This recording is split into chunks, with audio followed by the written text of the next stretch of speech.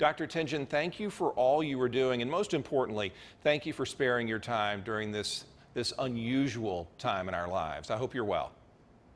I'm doing great, and I'm grateful for all the many things that we have. I'm thankful our family's well, healthy currently, and this is quite a different time than I've ever known in my lifetime. And we're just trying to get resources to people that need them, and early diagnosis and treatment. And I appreciate you having me on. Absolutely. You all are leading the way over there, leading the way in our nation in so many regards. Let me ask you about childhood obesity. I want to talk about the grant in a moment, $120,000. It's quite significant. But let's look at the issue itself. How do you know, how do you define if a child is obese? Well, the CDC gives out great metrics for that. And basically, it's based on body mass index. And they qualify people either as overweight or obesity based on what their BMI is. And I think what's critical for people to understand about our particular county that we'll be conducting this with, in collaboration with the mayor's office, who was the real impetus behind this, and Augusta Partnership for Children, is across our nation, in the best counties there are for obesity, they're at about, the national average is 26%. Georgia's about 30% of us are obese, and in Richmond County, 32% obese. Another factor that often contributes greatly to obesity that's real important, Brad, is the children that live in poverty. Our national poverty rate is 11%, whereas the state of Georgia is 22%, and bad news for us, Richmond County is 35%. You know, you called this a public health crisis, and that really caught my eye when you referred to this as such, because we do hear the word crisis used a lot these days. Can you grow out of childhood obesity, or does there always need to be some sort of clinical intervention? There are very few people that grow out of childhood obesity. We have studies now in the literature that show if mothers gain excess weight during their pregnancy and have a very obese baby, oftentimes those children already have higher levels of inflammation in their body, which predispose them to other diseases. The other thing is, the more you are obese, the longer duration as a newborn and as a child and a toddler and all the way up to 5 or 6 years of age, it is highly predictive that you will be an obese adult. Wow. Obesity is linked to 13 cancers. That's a lot, and the link is pretty strong. It also sets people up for diabetes, which there's all kinds of unfortunate ramifications. Also contributes to hypertension, which is a major challenge among many people. So we are thrilled to be doing this, and we believe the younger you can start with a family. We think parents should be role models and have great influence on their children in many ways, in many positive ways. And so we are thrilled to be doing this. Yeah, I think it's just amazing. So you go back to January when times were normal. You have the U.S. Conference of Mayors meeting. You have the American Beverage Foundation for a Healthy America on hand to award $120,000 by way of a grant. It goes to a small town, a medium-sized town, and a large town. And Augusta, Georgia gets the grant for the medium-sized town and allows you, Dr. Tingen, and your team to set up Augusta's Fit Families to carry out some of the missions that you've already mentioned so far. 75 families get to take part. Before things got kind of sideways, were you able to line up your 75 families, or do we have to wait?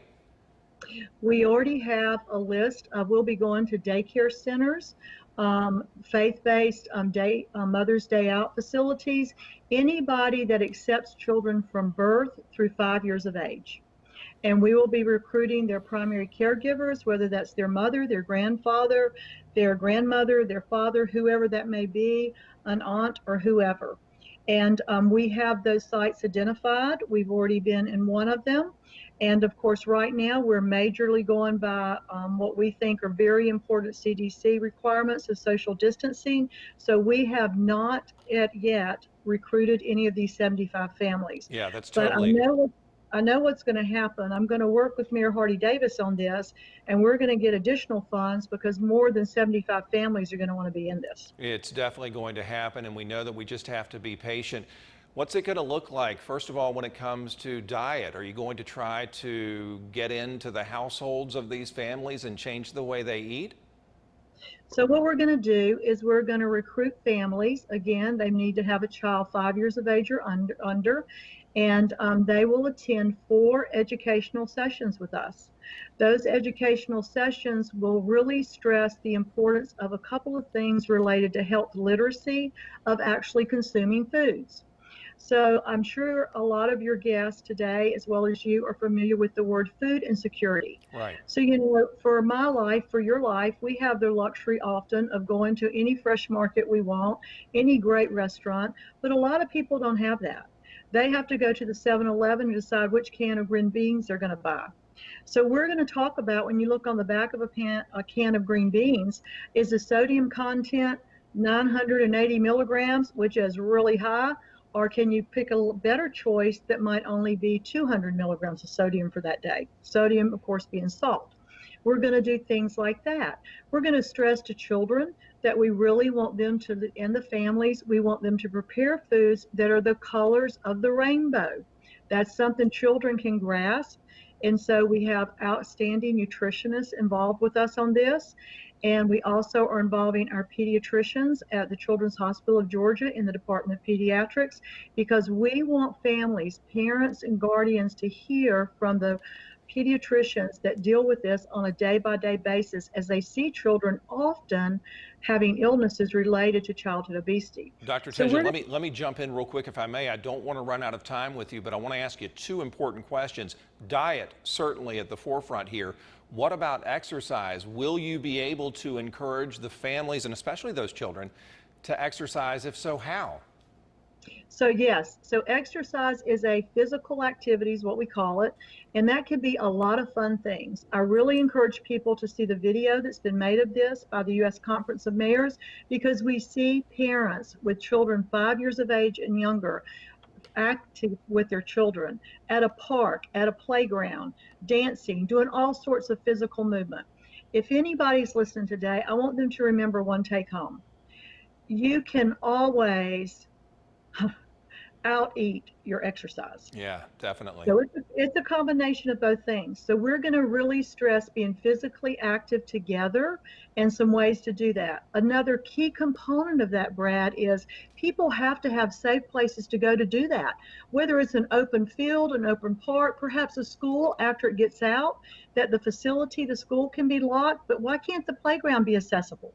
So we are going to, everybody that's in this program with us, we will help them do a neighborhood assessment of what resources are available to them in their community where they can safely do physical active things with their young children. And then we're providing that information to the mayor's office and the commissioners, and hoping that they will add infrastructure where infrastructure is needed for safe, physically active behaviors of parents and young children. Last question very quickly. If we have obese children, how in the world can we get in on this program? How can we sign up? Well, I will just give you out a couple of numbers. You can always call 706-721-1132. That's a fantastic research associate of ours, and just mention the word Augusta Fit Families. We have developed a dynamite logo, and those 3 things say be active. It also says eat healthy, and we have a great apple or a peach on there for the state of Georgia.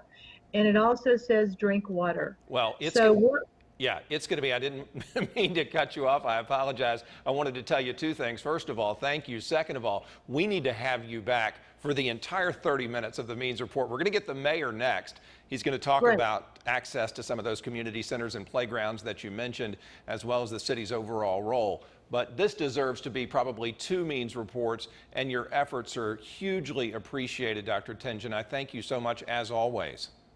Could I make one quick comment? Certainly. So I really want to give a huge shout out for Mayor Hardie Davis. We have a wonderful collaborative relationship, and he actually made a phone call to me, and he said, I really need us to go after this grant. I said, when's it due? It was due in 4 weeks. I said, Mayor Hardie, you're on my list I never say no to, so we'll do it, but I really don't like a short timeline like that because I'm so thorough and a little OCD when it comes to writing a grant. Sure. And so, Brad, we were the only middle-sized city to receive this award across the nation. Yeah, it's incredible, and I congratulate you. That's quite a turnaround. Writing grants is not easy, and it's not brief usually. Dr. Martha Right. Tingen, thank you for everything. Best of luck. We'll talk soon. You stay well. Great. Thank you so much. Absolutely.